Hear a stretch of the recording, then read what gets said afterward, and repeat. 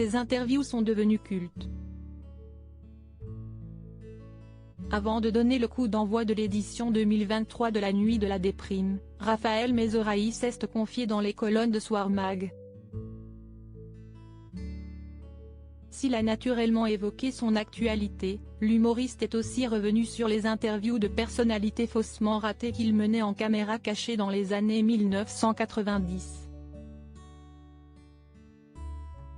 À l'époque, il se faisait passer pour Hugues Delatte, un jeune journaliste sorti bon dernier de la promotion de son école et légèrement dépassé par l'exercice.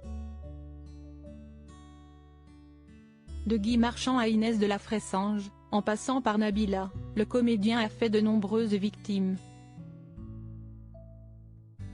Je me concentre essentiellement sur mes questions.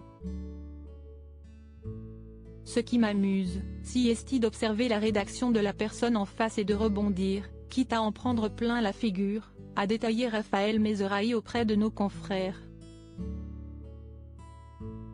L'humoriste a toutefois souligné que certains de ses invités n'ont que très peu apprécié cette mise en scène. Lambert Wilson a même été tellement traumatisé qu'il m'a interdit la diffusion de la séquence.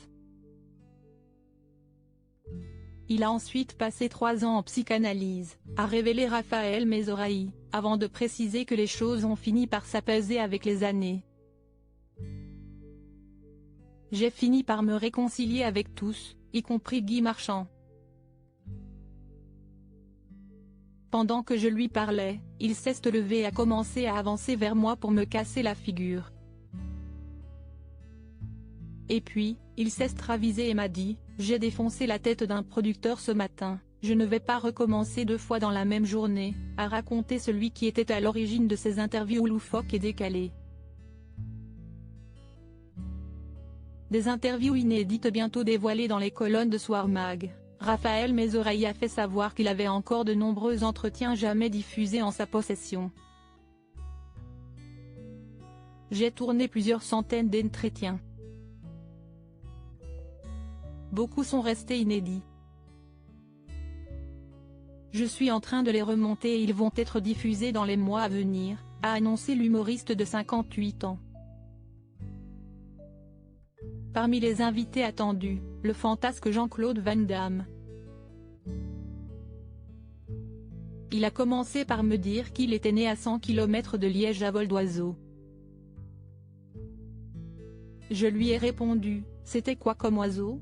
À partir de là, est parti dans le délire.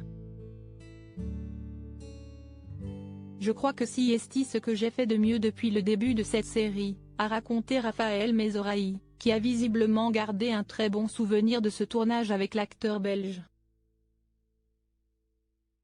Crédit photo, Best Image.